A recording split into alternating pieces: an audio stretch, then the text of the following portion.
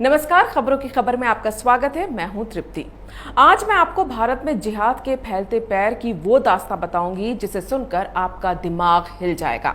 अब तक कश्मीर को जिहाद का सेंटर माना जाता था, लेकिन पिछले 2-3 दिनों से ऐसी खबरें आई हैं जिससे ये साबित हो गया है कि केरल जिहाद का नया अड्डा बन गया है।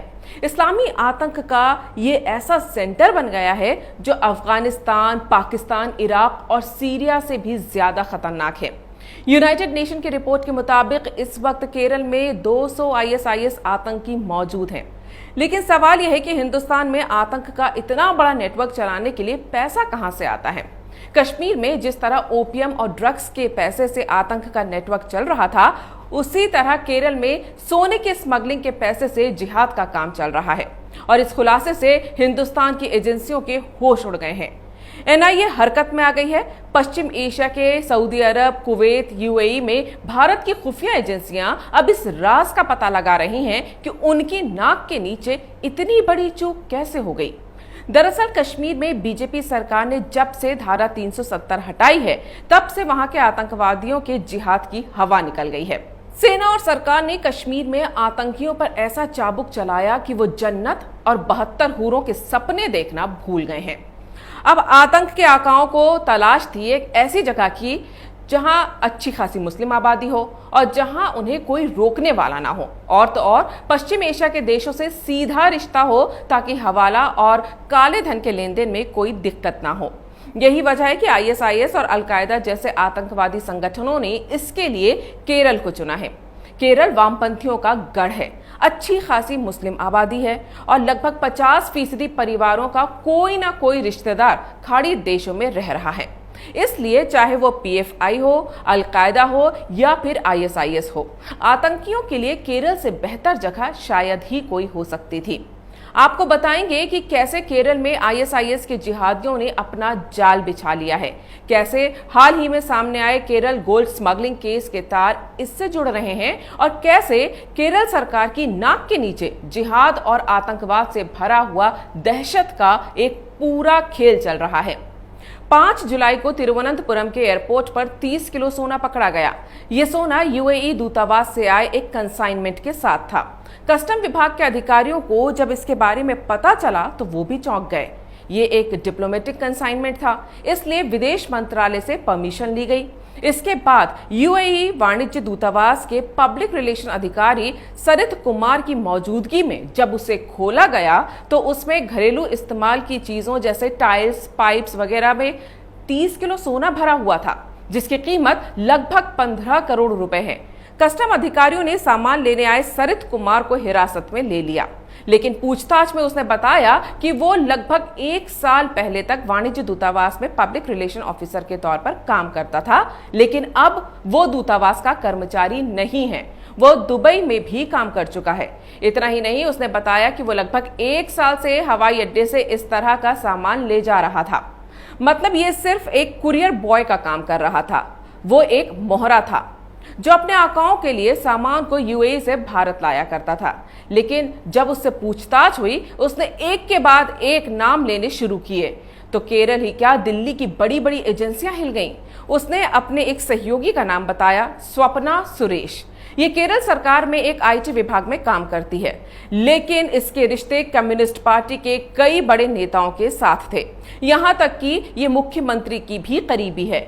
इसका अपॉइंटमेंट केरल के मुख्यमंत्री पी विजयन के चीफ सेक्रेटरी एम शिवशंकर की सिफारिश पर हुआ था। सत्ता से इसकी नजदीकी इतनी ज्यादा थी कि जब केरल गोल्ड स्मगलिंग मामले में इसका नाम आया तो चीफ मिनिस्टर के ऑफिस से दबाव बनाया गया कि स्वप्ना का नाम केस से हटा दिया जाए। यह खुलासा किया था बीजेपी केरल के अध्यक्ष के सुरेंद्रन ने। लेकिन जब स्वप्ना सुरेश का नाम नहीं हटा तो सरकार ने अपनी साख बचाने के लिए मुख्यमंत्री के चीफ सेक्रेटरी एम शिवशंकर को सस्पेंड कर दिया। जब एनआईए ने स्वप्ना सुरेश के बारे में जानकारी जुटाई तो कई हैरान करने वाली बातें सामने आई। स्वप्ना अबू धाबी में पैदा हुई और वहीं पली बढ़ी है। उसने अबू धाबी के एक बिजनेसमैन से पहली शादी की थी, जिससे उसकी एक बेटी है। लेकिन वो बिजनेसमैन कौन है, ये अब भी एक राज है। कहा तो ये भी जा रहा है कि स्वप्ना सुरेश ने पहली शादी के बाद ही अपना धर्म परिवर्तन कर लिया था और इस्लाम धर्म अपना लिया था। स्वप्ना सुरेश नौकरियां बदलने में माहिर थी। पहले ये अबू धाबी के एयरपोर्ट पर काम करती थी, लेकिन पहले पति से तलाक के बाद ये केरल के तिरुवनंतपुरम में आ गई। 2 साल तक इसने तिरुवनंतपुरम में एक ट्रैवल एजेंसी में काम किया। फिर 2013 में उसकी एयर इंडिया SATS में नौकरी लग गई। एयर इंडिया में उसने कथित तौर पर अपने साथ काम करने वाले कर्मचारी को झूठे यौन उत्पीड़न के मामले में फंसाने की कोशिश की। ये भी पता चला कि उसके एजुकेशन सर्टिफिकेट्स और डिग्रियां भी फर्जी हैं। 2016 में धोखाधड़ी के एक मामले में स्वप्ना का नाम सामने आया था। इस केस में क्राइम ब्रांच ने उसकी जांच शुरू की तो स्वप्ना वापस अबू धाबी चली गई। अबू धाबी में वो UAE काउंसलेट में नौकरी करने लगी। यहाँ रहते हुए उसने कई बड़े लोगों से पहचान बढ़ाई। इंग्लिश, अरबी और मलयालम बोलने वाली स्वप्ना बड़े होटलों में होने वाली पार्टियों में अक्सर शामिल होती थी। पुलिस का कहना है कि पिछले साल इसे UAE काउंसलेट की नौकरी से निकाल दिया गया था, जिसके बाद केरल आकर उसने M शिवशंकर की मदद से IT डिपार्टमेंट में नौकरी हासिल की थी। लेकिन सोने की तस्करी का ये खेल वो पिछले 1 साल से कर रही है।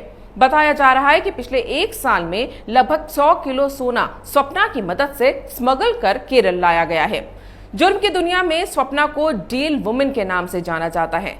सोना मंगाने के लिए ये मॉडल्स और एक्ट्रेसेस का भी इस्तेमाल करती है। जुर्म की गलियों में स्वप्ना को खूबसूरत, रसूखदार और घमंडी डील वुमेन के तौर पर देखा जाता है। लेकिन पुलिस की कस्टडी में आते ही इस स्वर्ण सुंदरी का रंग ही उड़ चुका है। रसूख काम नहीं आ रहा। NIA के शिकंजे में फंसने के बाद सारा घमंड चूर चूर हो चुका है। सवाल यह है कि बेखौफ होकर 1 साल से करोड़ों रुपए के सोने की तस्करी कर चुकी ये डील वुमेन क्या बिना सरकारी संरक्षण के काम कर सकती थी? आखिर सोने की तस्करी के पैसे का इस्तेमाल कहां होता है? तो इसका जवाब है टेरर फंडिंग में। कैसे? तो इसके लिए इसी मामले में गिरफ्तार KT रमीज के बारे में आपको जानना पड़ेगा, जिसे NIA ने पूरे केस का किंगपिन बताया है। NIA ने अपनी रिपोर्ट में कहा है कि KT रमीज के तार टेरर फंडिंग से जुड़े हैं, जिसके रिश्ते देश हित के खिलाफ काम करने वाले कुछ देशद्रोहियों से हैं। वो ऐसे कई लोगों का करीबी था जो गैर कानूनी काम करने वाले खतरनाक अपराधी हैं। उसने पिछले 5 साल में UAE के अलावा कई देशों की यात्राएं की हैं।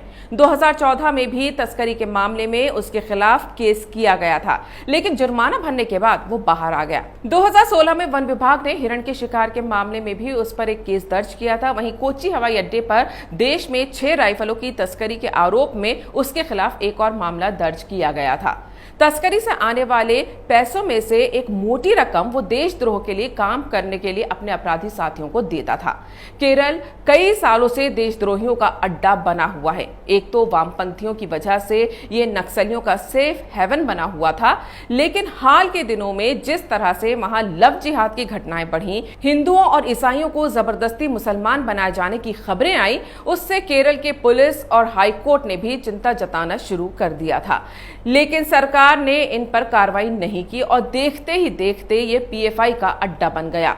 देश में शाहीन बाग के नाम पर जहां जहां हिंसा हुई उसके पीछे PFI की फंडिंग ही थी। दिल्ली में दंगे के पीछे भी PFI का हाथ बताया जा रहा है। सिर्फ यूपी में CAA विरोध के नाम पर हिंसा भड़काने के लिए PFI ने 200 करोड़ रुपए खर्च कर दिए थे। ये सारे पैसे वही केरल के नेटवर्क से आ रहे थे। ये पैसे हवाला के जरिए खाड़ी के देशों से भारत पहुंचते थे। मतलब ये कि इन जिहादियों को केरल में सरकार और प्रशासन कानूनी और राजनीतिक दोनों संरक्षण दे रहा है। यही वजह है कि राहुल गांधी वायनाड जाकर चुनाव लड़ते हैं, जहां मुसलमानों की आबादी 40% के आसपास है। जब से ये सोने की स्मगलिंग का खुलासा हुआ है, तब से विपक्षी पार्टियों को सांप सूंघ गया है।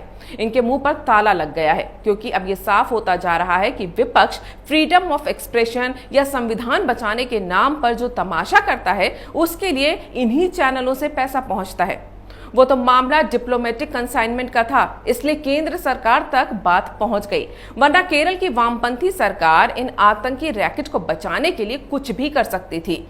किसी को पता भी नहीं चलता, लेकिन आंखें बंद कर लेने से अंधेरा नहीं फैल जाता है। केरल की सरकार चलाने वाली पार्टियां यानी लेफ्ट और कांग्रेस ने चुप्पी साध ली तो यूनाइटेड नेशन ने हकीकत बता दी।